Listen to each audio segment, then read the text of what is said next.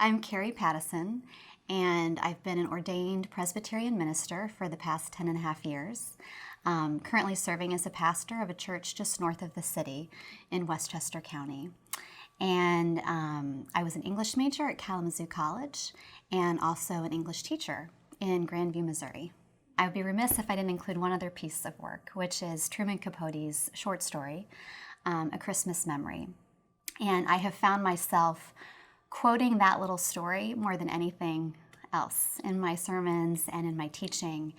I read it as an 8th grader as part of a literature anthology at school.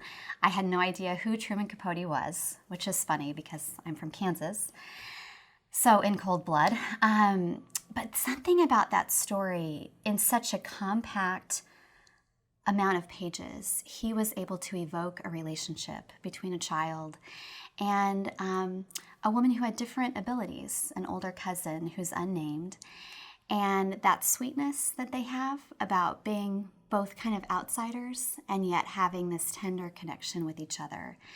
And the section I've quoted the most often is where they're out flying kites, and his cousin, his friend, has made him this beautiful homemade kite. And she sees it up in the sky, and she says, "Buddy, I could die with just today in my eyes."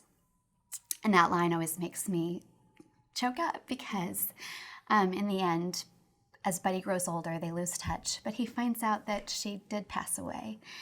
And the final image in that story is of two lost kites finding their way up to heaven. I think the profound connection for me with that and faith is that for me, being a Christian and being a pastor is ultimately about helping people find those unlikely connections and looking for both human love and divine love in unlikely sources.